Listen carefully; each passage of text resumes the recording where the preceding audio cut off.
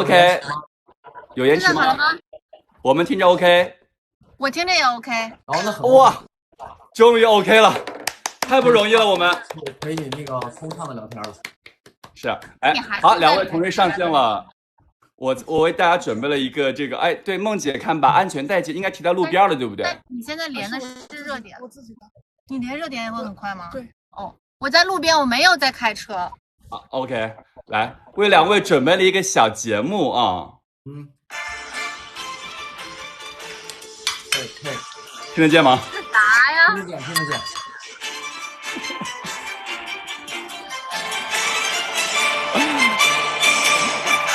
对，一首好日子送给我们的新郎新娘，我们的准新郎准新娘，还有我们所有的直播间的宾客们啊！今天确实是一个好日子，对不对？是我们悠悠鹿鸣大欢的日子，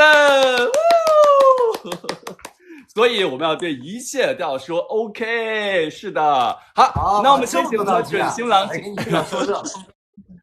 因为今天真的很开心啊，然后今天又跟大家见面聊聊天了，对不对？那我们还是先请两位新郎新娘跟大家我们的宾客们问声好，好不好？Hello， 大家好，我是孟子义，在百花杀中饰演沈西河。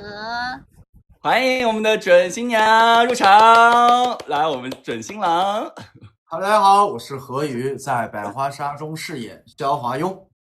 欢迎我们的准新郎何一谦，你用真实姓名。大家好，我是何一谦，在百花杀中饰演西北狼啊。怎么就是那个就是因为结婚登记要用身份证那个户口本上的名字是吗？所以要用本名一下，那个合理合规啊。合理合规。先跟大家解释一下，就因为我们这个直播间的设置，可能这个画面呢，我位置有点尴尬。我们朋友们录屏之后，可以把画面新郎新的画面剪在一起啊。现在我们这场就先这样了，好不好 ？OK 吗？我们看技术老师如果能处理的话，就处理一下。梦姐都调了，懂啥意思了？是我俩现在表现，是不是？对，我是那个司仪，就是左手牵着新郎，右手牵着新娘，感觉把你们交接出去的感觉。这个应该得你调吧？目前可能只能这样了。目前只能这样了，可以吗？或者我们轮流把那个新郎新娘放大，比如说这样。或者这样，只能这样。这是可以的，梦姐觉得哪个比较好？我觉得都行。把悠悠放大吧。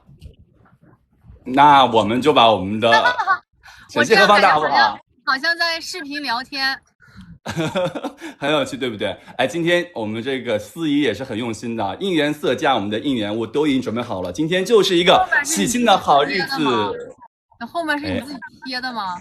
我刚来的时候也问他了，我说这个背景还挺有用心的。你在哪贴？你自己买的，然后贴上去的？对呀，就是因为今天真的是个好日子呀，对不对？太好笑了吧！看到还有一些特别嘉宾，看到这是谁？看到了没？是鹅。这是谁？当然有鹅。嘿嘿，巧克力，我也写巧克力出席了，当然要出席啊！我们这个好日子，对不对？我们要说一下那个什么？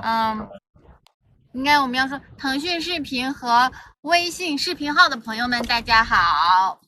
哇，我们这宾客真的很多，对不对？有我们腾讯视频还有微信号的朋友们都来了。腾讯视频和微信公众号的朋友，大家好。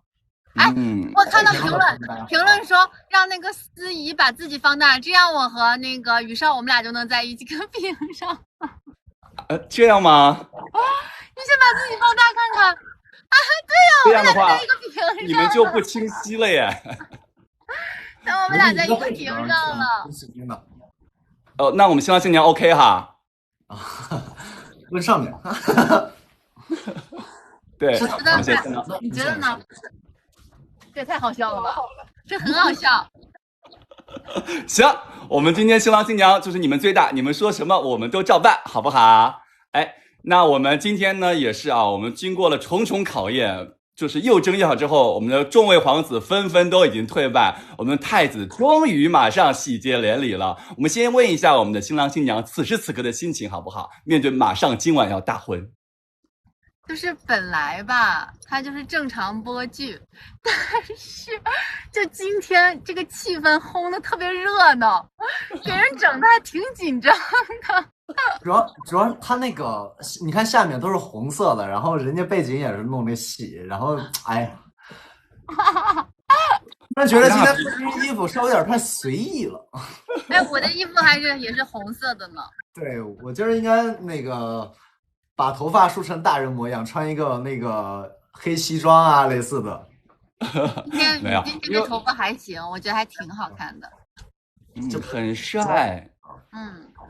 超级帅！哎，我先问一下宇少啊，这个打败了众位这个哥哥弟弟，终于要抱得我们的西河归了啊，要就结婚了。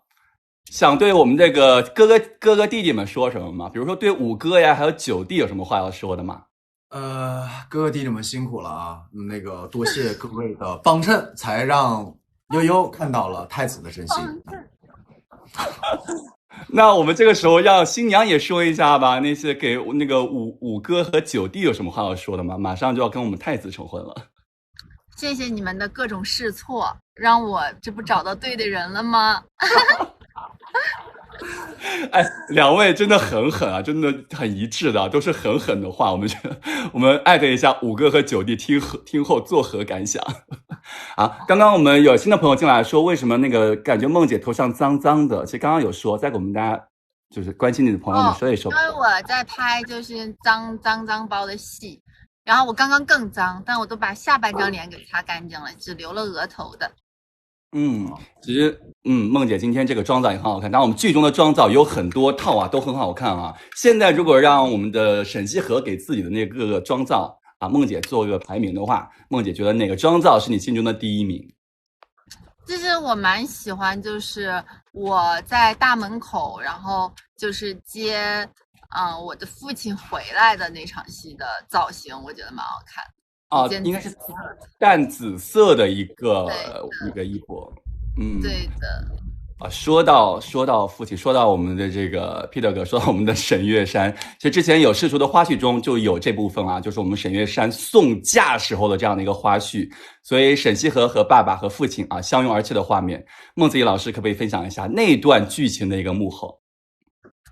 那段剧情其实就是我呢，在记忆中就是和父亲是能对上脸的，但是确实又有一种就是又有初次见面的那种陌生感，然后我就是这两个感觉就是一直在打架，然后就是有点局促，有些紧张的一个心态去，但也开心的，然后去见了父亲。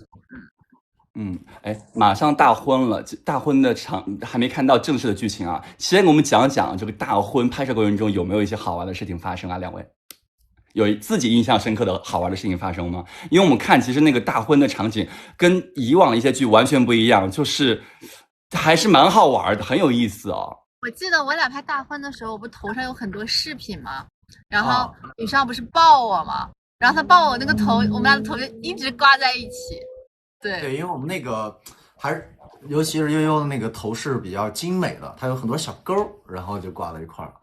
对，我们俩一直挂在一起，就是他一抱我们俩头就这样挂在一起，然后一分开，因为他要把我放到床上，然后我俩就这样，好好笑。说到挂在一起，婚礼我们那天。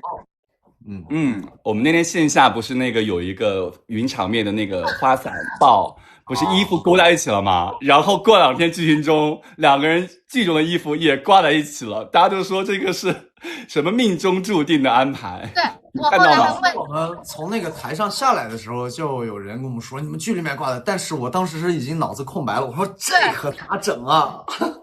就没有想给何宇吓死了。因为他以为就是他会把我的衣服刮坏，他就很怕我的衣服滋啦一下刮开，你知道吗？我说我都不敢动，然后我赶紧就给人挡住，因为我也不敢往下看，我不知道那个刮成什么样了，很好笑。整个我还出汗呢，整个追剧团我没出过汗，那一下全部。从那以后开始疯狂流汗，都感觉脑子有点缺氧了，当时。是那个时候比较缺氧，还是婚前比较缺氧？那个婚前的缺氧，就是缺氧容易让人断片，婚前的缺氧可能有点已经不太记得了，但当时是很缺氧的。我说在台上的时候，我看到好多朋友说，能不能把那个梦姐放大一下？梦姐，这样我们就轮流放大一下，好不好？好，那就轮流放大。因为很多小柠檬也是很想说，我们要看一下今天美美的梦姐，超美的，对不对？我们看一下评论区，大家觉得美不美？我们小柠檬们可以用我们梦姐加油打 call 喽！好，我们这边也提前收集了一些我们宾客们想问一下我们新郎新娘的问题哈，我们就看一看大家有什么想问的啊。这个朋友问说，穿婚服拍戏的时候热不热？我们那天还好。应该是秋冬天对不对？没有，夏天是夏天拍的那个。但是我们就是一般如果是棚拍的话，就是百花这个组吧，就是一般空调都开很大，而且有好几个空调，所以我们拍棚里真的很舒服，就是空调房的感觉，甚至我还有点冷。尤其是动工的时候是吧？对，动工真的有点冷。工那几个空调管确实粗，我都把头放进去吹。对，所以大家不用担心啊，我们拍摄过程中是很舒服的，很顺利的啊。还有这个，用3个词形容一下穿婚服的样子。应该是给宇少的问题啊，给我们这个太子的问题，用3个词形容一下我们沈西河穿婚服的样子，让大家期待一下。首先肯定是一如既往的漂亮，对吧？二的话应该是珍惜，我觉得肯定要用眼睛会永远记录下我太子刚转头见到悠悠穿的婚服的那一刻，因为这是一个你心爱的女生嫁给你的那一刻，然后他也信任你，他把自己托付给你，他说要做你一个合格的妻子。我觉得那一刻你要对得起你对于他的承诺，你要像一个男人一样记录下这个美好的瞬间。然后3的话，我觉得就是把未来美好的生活都想了一遍吧，然后不管太子和悠悠都会老去的那一刻，但是那一刻就是在太子的眼里，悠悠永远都会像结婚的那一天那么美丽啊。下一个问题啊，你就想这老多的事儿，这不是动脑吗？我说漂亮，太漂亮了，漂亮的不行了啊！就说这3个就够了。那万一他说我敷衍怎么办？那肯定说你。我们这个回答，我们没有人可以说什么，我就要问这个沈西河是否满意就得了呗，沈西河满意就行。还行吧，但你首先我第一个这么多，有点不信呢。那马上大家去看剧的时候，看我们当时那个结婚的时候状态，不就知道了？刚刚是这个太子的回答，我们再听听这个沈西河的回答好不好？用3个词来形容一下这个太子穿婚服的样子。特别，因为我记得非常清楚，他穿婚服那个造型是和他往日造型是不一样的。他往日见我的时候，一般都是披发，有点小刘海儿，然后他那天是都梳起来的，就很立正的那种头发。所以那天我当时见到他的时候，我还说：“哎呀，我说怎么换新发型了？”就还挺特别的。没有披发了，但是刘海还是有的。对，但是就是和平时披发的感觉还挺不一样的，就一下子感觉是那种，就那种大人模样的感觉。穿了红色的衣服，可能显得精神一点。就是反正挺不一样的。然后还有就是，所以那天不咋敢看我，我都快笑死了。我们俩演，就是我从门外进来，然后他应该看我，然后我就感觉他那个眼睛就是那种就那样，然后我当时就觉得不知道。后来我拍完话说：“我说你在干嘛呀？”然后他就跟我说他不知道为啥，有点不好意思。我说我本来还我当然会害羞和紧张啊。对，然后给我东西遮着呢，我那边啥也没有，我不拿着口罩。但我拿那东西遮着，我确实我也是看他一会儿，然后这样。然后他是那种就是回头看我们，他回头看我，他就这样。我说你特别巧的是，我在去拍这场戏之前，我刚去参加了婚礼，我去当我知道，他去参加了他发小的婚礼。然后回来以后，我就给我发小发过去，我说：“哎，你刚结完，哥们儿也结了，我给你把我名字。”哎，所以刚刚是熟悉一下流程。梦姐还有别的形容吗？还有就是，我记得那天我们好像拍了很多照片，然后呢，然后何宇何宇还给我拍照片了那天。然后我平时的时候就都说就是觉得他就是出片率不太高，但那天他给我拍了好几张都挺漂亮的。然后我们就一起就是拍照啊，然后呢，而且我当时那个造型不是有这个帘子吗？然后何宇还一直掀我那个帘子。对，很好笑。我们还说很像那个，就是那个掀起来你的盖头来，就那个。并且我们俩从那个门厅出来的时候步履都得一模一样，然后再计算走到哪个台阶刚好迈出右腿。对，记得我们拿那个。然后他们还给我们撒豆子，我们俩还说那豆子万一我们俩滑倒了怎么办？然后终于送上车了，我的那个马它很倔强，我得骑过去，咱俩一块儿，哎，这就并排前行嘛，代表太子对悠悠的一种尊重。啊，你说那个室外那天他怎么跑了？你说那个马，白马一般白马都不太听话，因为白马知道自个儿很特别，知道自个儿贵，所以白马就喜欢。你哪个白马发微信告诉你的？那天晚上我加了白马一晚上微信，他没通过我，因为他太特别了啊！真的假的？你跟我说，我认识他啊，你我把微信推给你啊，我把微信推给你。哎，给我们宇少放大一会儿。好，来，宇少刚准备说把宇少也放大一会儿，然后呢，我就先退出来了。但是呢，看看你今天的妆容。哎，你仔细看，我把我的尺子调整一下，它有点歪。发染色了。应该这个灯黄。好，我们像巧克力色。巧克力色。我说这样看你的颜色像巧克力色。我以为巧克力白，巧克力不是白色的吗？真实的那种巧克力的颜色，就栗子色那个色儿。栗子色。对呀。你那个汤汤包是怎么弄的呀？是我今天去上山采药弄的。哦，我以为你着急找信号弄脏了。也着急找了，我这开挺老远，一会儿还得往上去呢。好，那我再问一个问题好不好？我们这个婚宴的观众们有很多问题想问。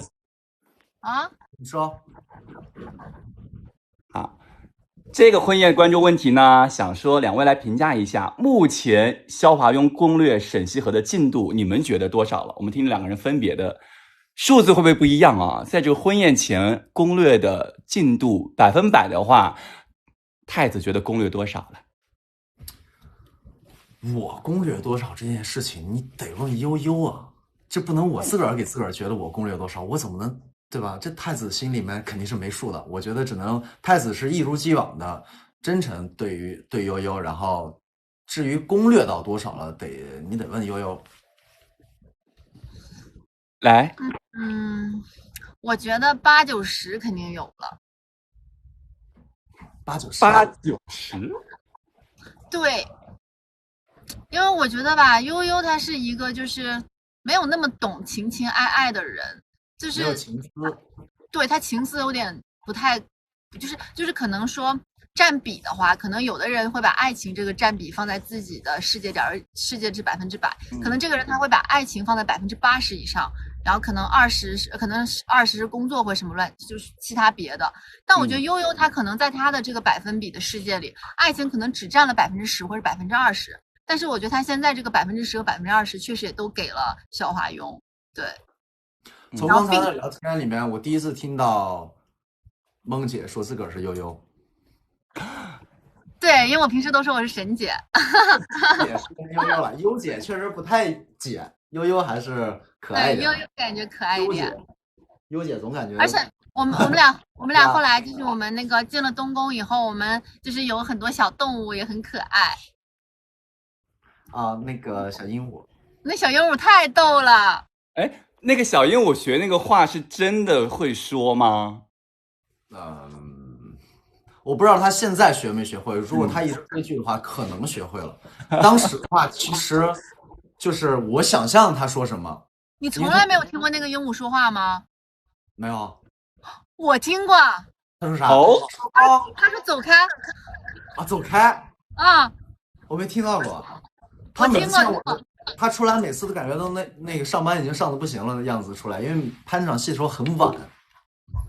我记得当时的时候，就是那个道哥在那弄他，然后就在喊说走开。很有性格。很有性格。好，你怎么你没听过吗？没有啊，我没听，我都没敢扒拉他。那对，因为那个鹦鹉，我确实我还在那块一直喂它，我跟它的戏好像比你的多一点。我一玩鹦鹉吧，天元就在旁边说：“什么玩意儿？鹦鹉热？啥东西来着？反正就是整点那个让人不太想去打扰鹦鹉的这个话。”刚刚那个太子说了一下他在大婚前想对沈西河说的话，我不知道梦姐刚刚有没有听见。梦姐当时都没听见。对啊，就是在你没有上线的时候，那我们就不复述了啊，我们可以回看一下他到底有说什么。看直播吧。那我们再问一下沈西河好不好？沈西河在踏上花轿的那个瞬间，他在想什么？我觉得我不能说是100%纯粹的爱，就是可能还是有一些掺杂了一些些许很少很少的一些利益关系的但是我觉得那个时候已经真的利益关系很少很少了，就他还是开心的。因为在我演这场戏的时候，其实也跟编剧和导演包括我自己也有去思考，那我到底是不是在此刻我是到底是因为爱情我去嫁给的太子，还是说我纯是因为就是一些同盟或是利益关系？但是我得到的就是我们都一致的认为是因为爱情。所以其实我在嫁给他的时候，我是很喜欢太子的。所以当时的时候，我觉得沈星河他是挺开心的，然后也觉得就是有那种幸福的感觉的，然后也就是会害羞什么的。因为我们俩有段戏就是那个肖花庸看我走过来，他就把他的小手伸出来这样把我切过来了，把他的小手伸出来这样，然后然后他你想起来吧？然后那个然后当时的时候那个何雨演的时候就是还这样有收回那种感觉，你知道吗？然后我就上去把他拉过来，然后就把手放在他这里，强制爱，然后美都美坏了给美坏了。我一回头看4个大牙，我说你收一收，演戏的你把你的牙给我收回去。我说对，但是你第一次那个很好玩，切完以后来个这个你说那个是吧？对，那个也是我们见挂的。给你剪的那个慢动作卡在那的时候，真的很好玩，很有范儿。对，很好笑，我们还挺有意思的那会儿。对，说到这一点其实我看弹幕上很多人就说沈西河就是嘴很硬，明明是已经陷进去了，但是就是不愿意承认。梦姐觉得算是吧？他其实不是不愿意承认，是他自个儿真的认为他没有。对，就是我觉得他是那种就是有一点点就是对于爱情这块有一点点淡漠的那种人。对，我相信这个世界上可能会有这种人吧，就是可能不多，但他确实是这样的人。然后所以其实无论是之前作为顾青之还是现在作为沈西河，其实他都有这个问题。所以他其实是我觉得放在现实生活当中应该是那种不太有安全感的那种人。所以呢，他需要他的伴侣给他很多很多的爱，然后并且就是很多很多次坚定的选择他，然后呢他才可以去相信，然后才可以去托付。但是我相信他是一个，他一旦认定了这个人，他一定就是会就爱这个人一辈子了。刚刚我们评论区好多人说他就是心动而不自知，爱而不自知。他真的是心动不自知，他不明白。所以他才会在婚礼的时候，在太子面前还是有一点点的可能说了一些太子没有想到的话，比如说郝宏哥在婚礼上发现同盟姐对于两个人的关系界定还是同盟的这种利益，对不对？我们问问太子吧。听到这个会觉得伤心吗？在那个大婚前后还听到这样的话。既然你叫悠悠叫同盟姐的话，那太子是郝宏哥是吧？他刚才叫同盟姐，我听他叫彤彤姐，我一直在那想，我说哪个演员叫彤彤，还是说谁就是百花里面有谁叫彤彤姐？我就一直想，原来叫我同盟姐，同盟姐和郝宏哥。那首先太子他经常自我攻略，他哄自个儿肯定是有一套的，所以说那这种时候他肯定会继续哄自己，觉得那至少咱们已经成功了，我娶到了悠悠，那接下来我就更加的用真心去打动悠悠就好了。我觉得这一点对于太子来说是非常好哄的啊。说到同盟姐郝宏哥，其实有很多的朋友二创剪辑，就是前期的拉扯对比现在即将大婚的甜蜜，其实这个反差还是蛮大的。所以同盟姐和郝宏哥本人会觉得最大的反差会是什么？前期和现在大婚的时候。我觉得前期的时候可能就更加的一直在试探，然后前期也从我们订婚，然后退婚，然后再到又延迟婚约，然后再到娶到悠悠，那这个阶段其实太子这边的话是出现了一个有信任危机的，比如说他的身份被知道了。对太子来说，那他害怕这件事情，害怕自个儿的身份被悠悠知道，其实是害怕失去悠悠，因为太子一直告诉的悠悠就是性价比之王，短命且就是你就是骗人了，心虚，你搞这个什么？你说。然后这个你看我让人家知道我这么多的势力，又隐藏这么多的，我确实怕悠悠失去悠悠，所以说才是一直隐藏这些东西。但这件事情也告诉我觉得告诉大家一个道理，爱一个人还是得真诚坦坦荡荡的去真心对人家，这样才能获得像悠悠这么优秀且以前受过伤，然后又一个非常坚定非常独立的一种女性，所以说这种情况我觉得爱一个人还是得坦荡真诚。对，那我觉得就是其实我觉得吧，我是那种就一开始的时候吧，就觉得不仅就是对这人就是没什么那种男女之情，我还觉得这人吧怎么这么粘人呀，有点烦，感觉耽误我就是做很多事情。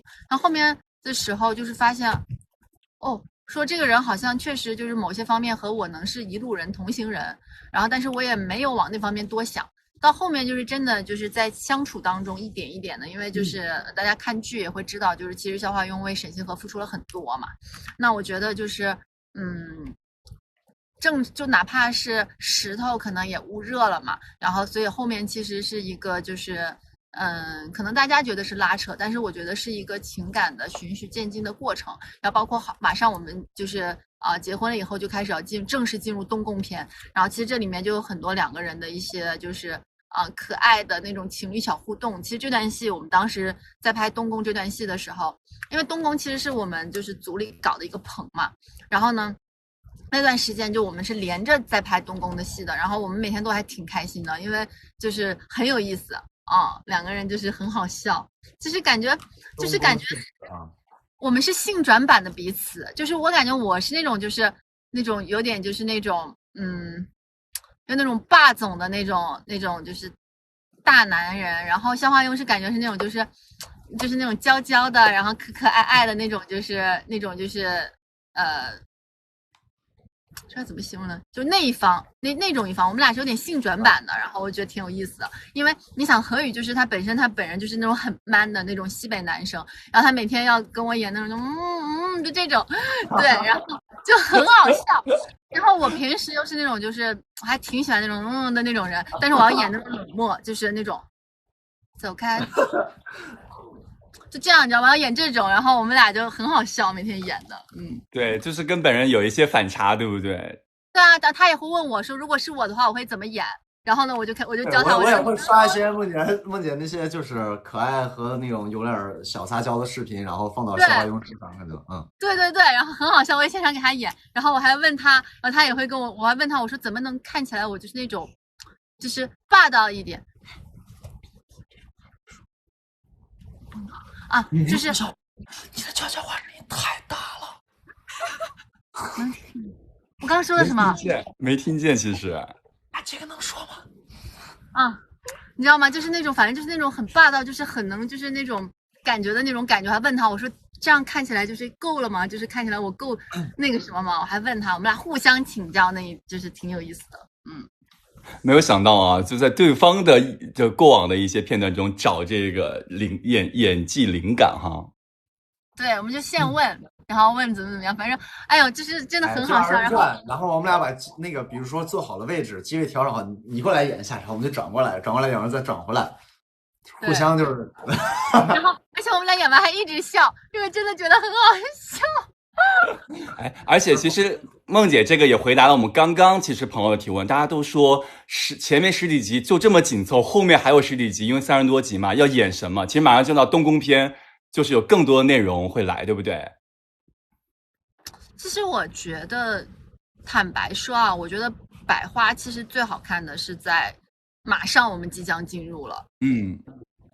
对，因为其实对，其实我们大婚以后就是也不光是说2个人在东宫里的这些就是甜蜜互动，其实我们还是在走大事件的，后面真的发生很多事儿，很多事情。对，然后对，还有一些人物我们都没有出场呢。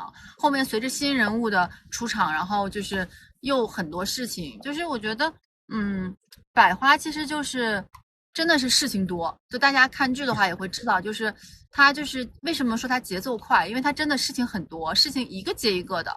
对，然后我觉得就是值得继续追下去。你说何源？首先是肯定是值得继续追下去的，然后其次我觉得因为悠悠和陆明他们已经互相交付了彼此的真心和所有的老底，对吧？然后所以说2个人的交流还有生活会更加的生动，会让这2个人可能，比如说悠悠可能以前比较高冷，但是现在的话他会充满着色彩，充满着可爱的一些东西，他会更有2个人会就是相处之下非常的自然，然后面对不同的事和不同的人，他们可能更不会去伪装，更能展现自个儿。毕竟已经是都住在东宫了嘛，一家人了，他们可能会更加的自然，然后展现属于他们自个儿独特的魅力，然后也会让观众会感受到2个人更加生动的一面啊。是的，大家敬请期待今晚马上播的大婚的剧情，以及大婚之后更加精彩的剧情马上过来喽。哎，说到今天大婚之前，我们也玩几个这个小游戏，好不好？应该现在这个就上了，应该已经。我们会提前一点结束直播，让大家去看剧。我觉得我们今天要提前一点结束直播，因为我们要让他们快去看剧呀。是的，那这样吧，我们就玩几个小游戏，然后我们就结束，好不好？就玩几个跟这个小游戏啊。好。我们这样哈，梦姐想2个这个大屏已经待的时间够久了，该让悠悠上去了。行，来，我上来了。好，2位准备一下这个便利贴或者是这个手机啊，每人梦姐想3个这个聘礼的礼物写下来，然后呢3句话分别描述一下，让我们太子来猜一猜你想要哪3个聘礼，好不好？我想要的聘礼。对，写3个，我们剧集中出现的。是我想要的还是悠悠想要的？悠悠想要，那2个悠悠想要的，一个孟子义想要的吧？2个悠悠想要的，一个是我想要的，何宇听见没？前面2个是悠悠想要的，最后一个是你想要的，对吧？我想要的。好，来先梦姐写一下啊，打字打出来，然后呢，每样聘礼用1句话描述一下。就是我猜人家猜他想要什么。对，好，那得梦姐写好了之后可以描述了。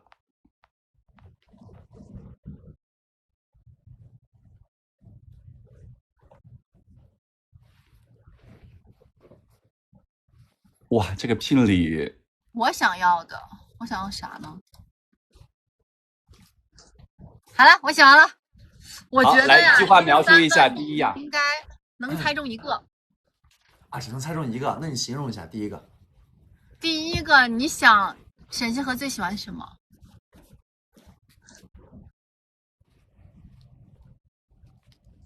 跟结婚有关吗？结婚的时候最想要什么？还是他日常最想要什么？他跟你结婚，他不影响他想要什么呀？聘礼这个东西跟结婚好像挺有关系的。啊，那我写的没有关系。啊，就是他最想要什么呗？那是小礼物是吧？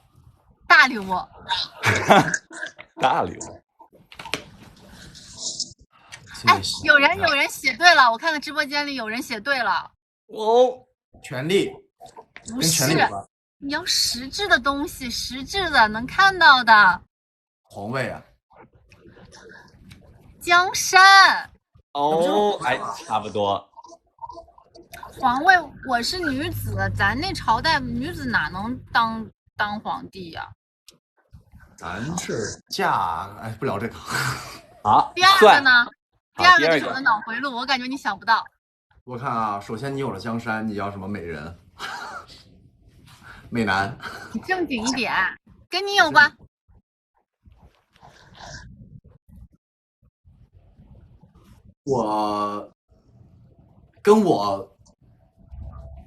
跟我身体有关吗？啊，有关。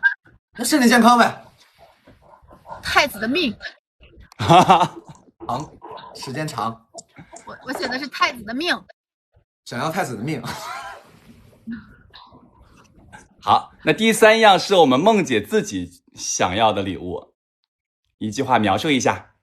那你看都有了，那个江山也有了，太子的命也有了，我估计你缺个巧克力。我孟子义想要的。你孟子义是巧克力，我有了呀。你结婚想要什么？梦姐得一句话描述一下它呀，才能猜啊。想要百花纱破28000。那肯定是想要的。我写的是休息几天，我结婚还不得休息几天呀？结完婚我第2天就上班。休息几天是对的。但是何宇刚刚说的你是不是也想要？他说的是巧克力，巧克力我不是，有。我刚才的想法是，就比如说你在那个你结婚，不是悠悠结婚，然后如果是他是孟子义的话，他想要什么？因为咱们都因为没小狗，我想了巧克力过去能陪你。那确实，咱可以多养点小动物。咱们在东宫开那个动物大会，动物世界，咱们东宫开动物世界。行，我们的宠物乐园。对，好，那我们刚刚梦姐写了3个，没有完全猜对啊，所以我们的宇少这个需要有个小惩罚啊。来，一句土味情话送给大家。又搞土味情话。哎呀，看有一些新的土味情话。我还真我想想啊。更新了，他们说更新了，快宇少用你的土味情话做我们的收尾。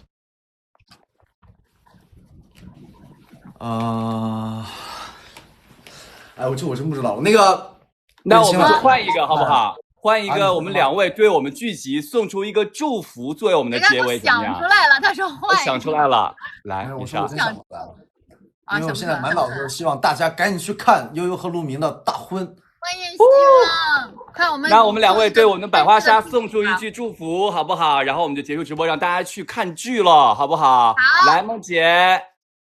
就是我觉得百花纱真的就是后面的内容是越来越精彩，越来越好看的。然后呢，我希望大家就是如果还没有看剧的人，就赶紧去看一下，我相信就是一定会让你觉得很爽。然后呢，我们看剧的人，然后呢，我希望你就可以持续的追剧，因为后面真的更精彩、更好看。